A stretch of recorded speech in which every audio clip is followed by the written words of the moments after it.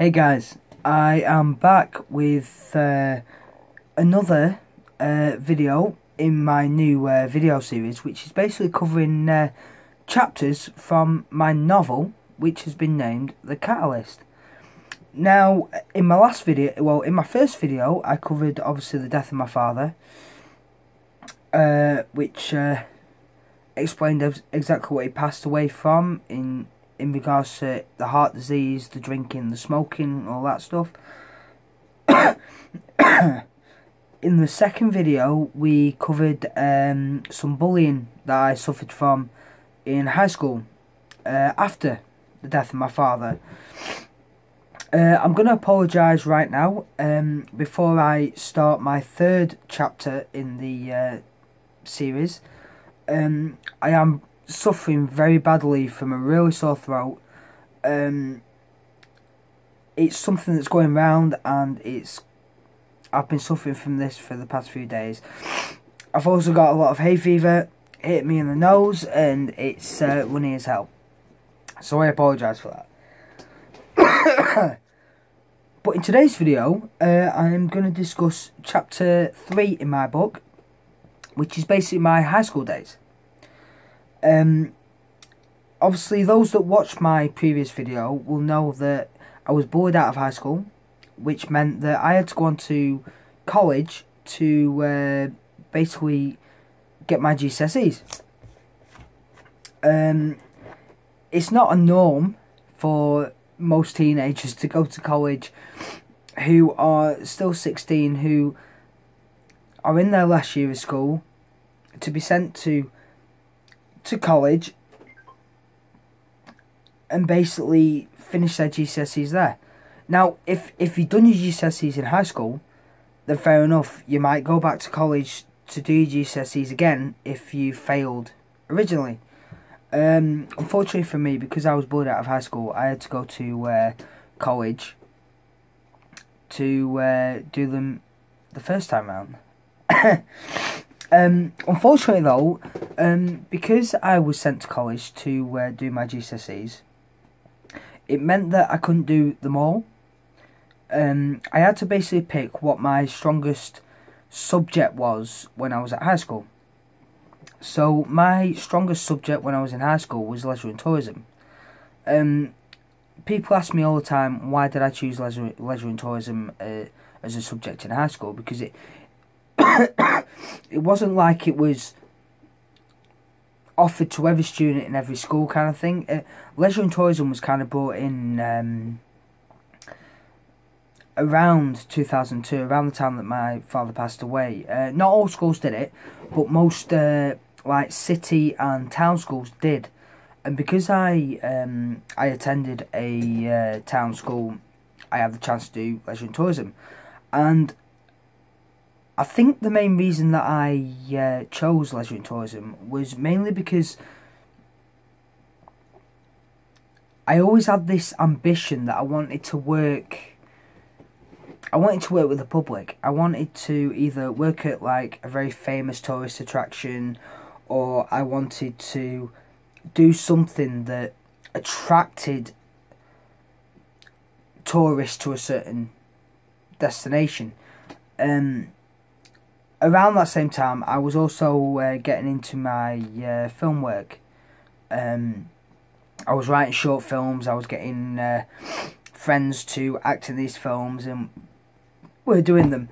If you actually check on my channel, there is a film on there called Rest in Peace, which was made in memory of my father, around the time that my dad passed away. Again, we have friends. I have friends in it. It was a silent film, sure enough. So, but yeah, I did in high school. I did leisure and tourism. So when I went to college, when I was bullied out of high school because I couldn't go back because of how serious it had got. When I went to high school, I had the chance, obviously, to do leisure and tourism. And I remember that first day that I arrived at college, and I was taken into a side room by the tutor, the lady that was going to be teaching our class, and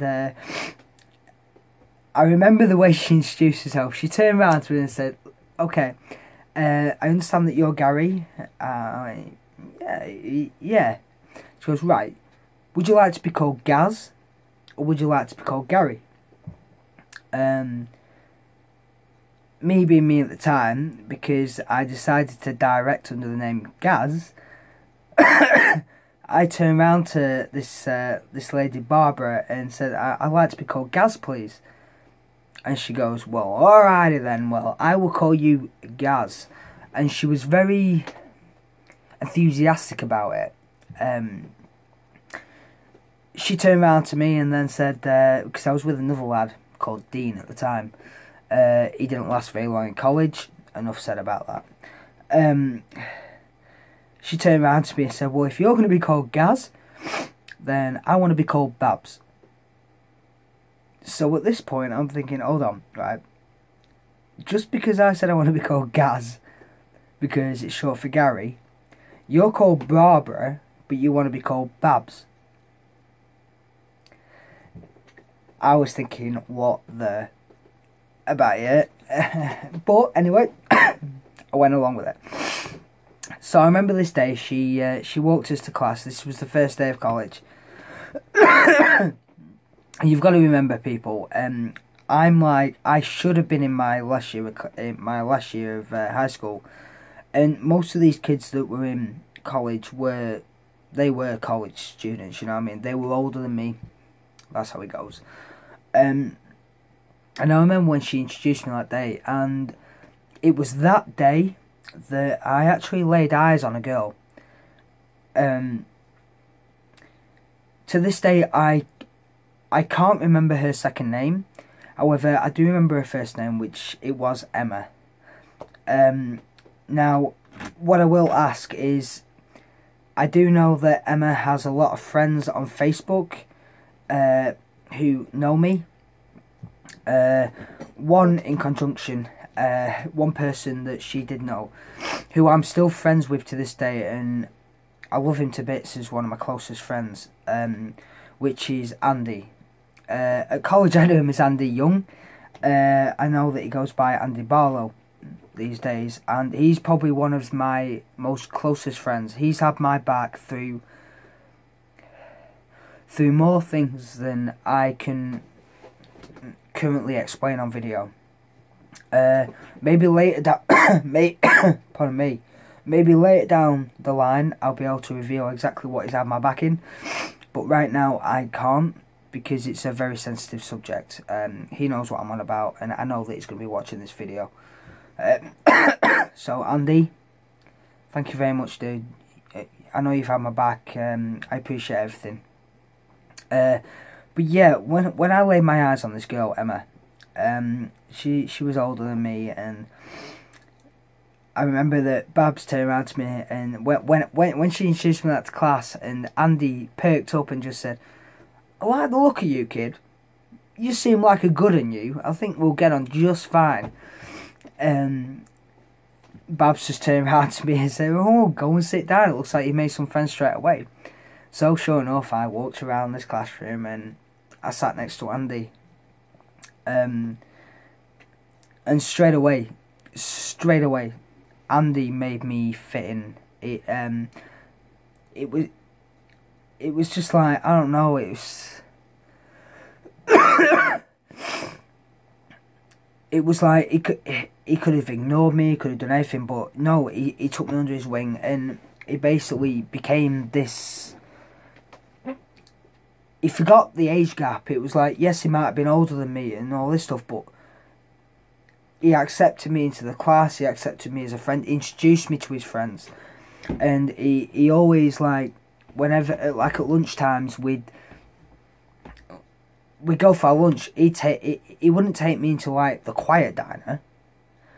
He'd take me into the cocky, arrogant diner, like, where you've got all your smokers, you've got all your bullies, you've got...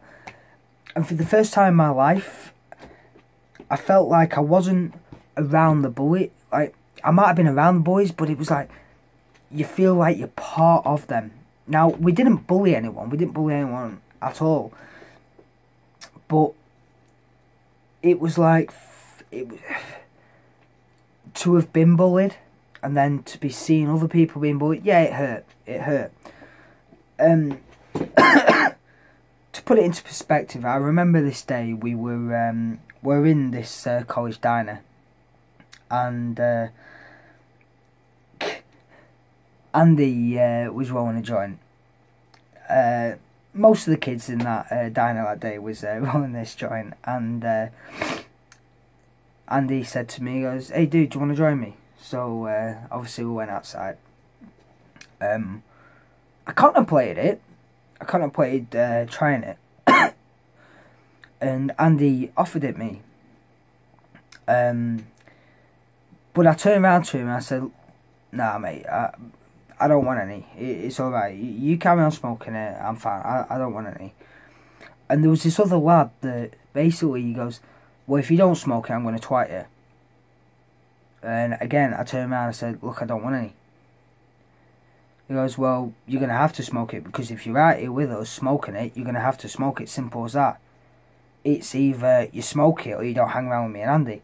And at that moment, I realised I had a friend in Andy, because Andy turned around to this guy and just said, "Look, if he doesn't want to smoke it, he don't want to smoke it. Don't force it on him, or I'll twat you." And that's how I knew at that moment that Andy had my back.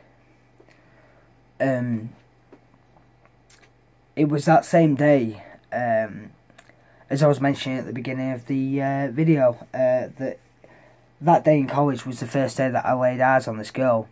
In all honesty, I think she was kind of my first love, in a way, without saying too much. But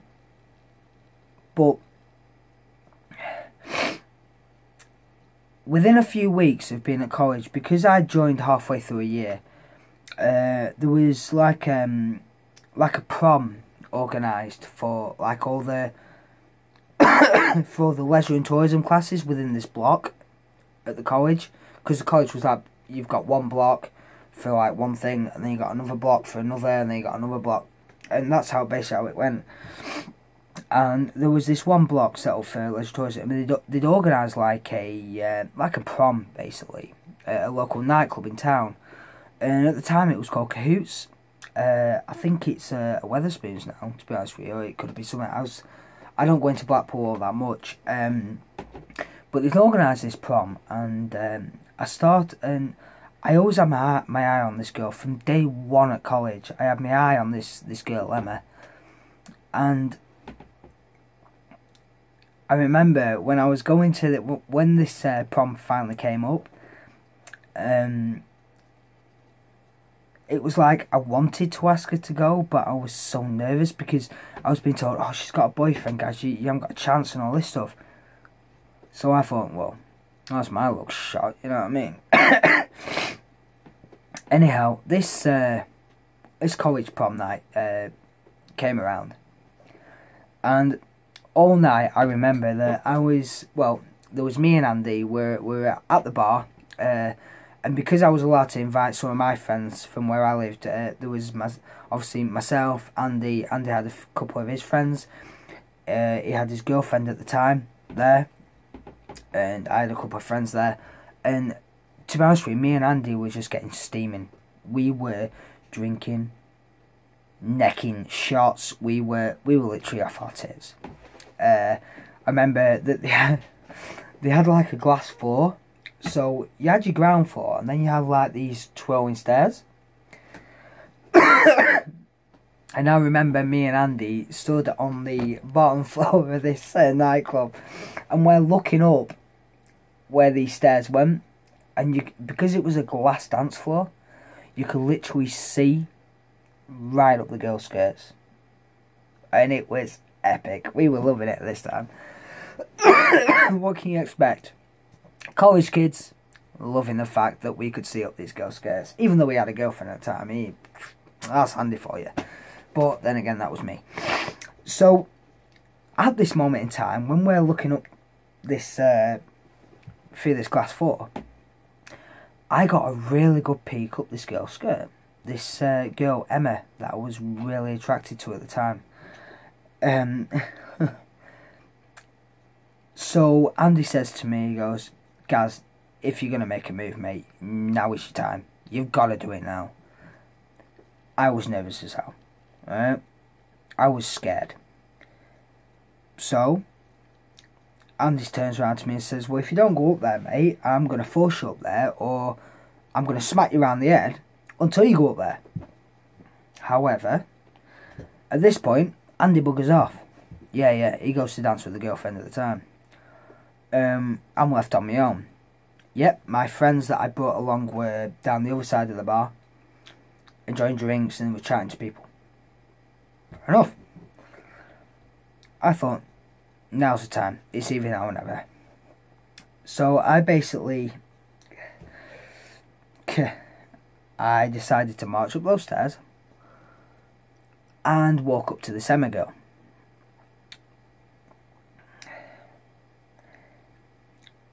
When I told her how I felt, she kind of blew me off guard. She started to dance with me. It was a bit nerve-wracking because it was, if I remember correctly, it was Patrick Swayze's She's Like the Wind that started playing. So it's a bit of a romantic song. So at this point, Andy's in like a close-knit dance with his girlfriend. I'm in a close-knit dance with this girl, Emma. I'm not with her, like, but I'm nervous as hell. And this dance unfolds, and you're probably wondering, did I kiss her? No. No, I didn't, because I was scared. I was really... Just remember, I'm like a 15, 16-year-old kid. She's older than me, and... yeah, I wasn't exactly wise to the world at this point. I was kind of scared. Then this... Well, we continued dancing. We continued doing it. At this point, Andy buggers off. Everyone else leaves the dance floor. And there's just me and Emma. We are on this dance floor, dancing, like hugging each other, and we're really enjoying it. And everyone else just buggered off. I mean, pardon me. And remember, guys, this is a glass floor, so when Andy did bugger off downstairs with his girlfriend and everyone else buggered off, yeah, they could see straight up. They knew exactly what we were doing. So it was a bit awkward at this point. And come to think of it, I think her name was Emma O'Hare. Don't quote me on that. I'm not sure. But Emma, if you are watching this, please get in touch with me either on Facebook, Twitter, or this YouTube account. So at this point, Andy then comes running upstairs about 15 minutes later and says, Emma, your father's here, he's come to pick you up. So at this point, it's about 2 o'clock in the morning. And it is end of the night. At that point, no kisses exchanged. We never kissed, me and this Emma, and it was heart-wrenching. I wanted to kiss her, but then I was scared to kiss her, kind of thing. It was, what the fuck? And she goes, right, I gotta go. She makes her excuse. She's gotta leave. So okay. So I'm a bit gutted at this point. So we go back downstairs, and I make my way back over to my friends, and all my friends are asking me, so, did you kiss her? Because they knew that I liked the girl. Andy's asking me, dude, did you kiss her and all this stuff? And I'm saying, no, I didn't, because I was scared. So it's like, all the banter like there always is. And I said, so where is she, man? You've still got a chance, you can still kiss her now, just grab her and kiss her. That's all they were telling me. I went, well, I can't, mate, she's gone with her dad. Simple as that. So, Andy convinces me. He says, even if she's with her dad, if you like this girl, he'll understand. Just go and tell her. Just go and grab her and tell her you like her. So there I am. I think, no. He goes, dude, just do it. I've had quite a bit of drink at this point. So me being me, drink inside me, fueled by this beer, you know what? I'm going to go get this girl. I'm going to tell her how I feel. I march towards the front door, the exit to this bar. There's a lot of people around. Before I reach the exit, Emma comes running into the bar because she's forgot a coat, apparently. She grabs me by my shirt, shoves me up against the wall and snogs my face up. She is literally making out with me right there and then. At that moment I hear, excuse me Emma, what are you doing? She breaks down in laughter. Her father is stood right behind us. Her father saw her making out with me. We both had quite a bit to drink as well. Bit of an embarrassing situation at the point. But that is basically the story of how I met. In all honesty, she was the first love of my life. And no one will ever take that away from me. My mate Andy knows all about that. And the only reason I'm mentioning Andy's name within these vlogs is because I've got permission to. Because I am still friends with him to this day. Everything that I've just mentioned there is from chapter 3 of my book.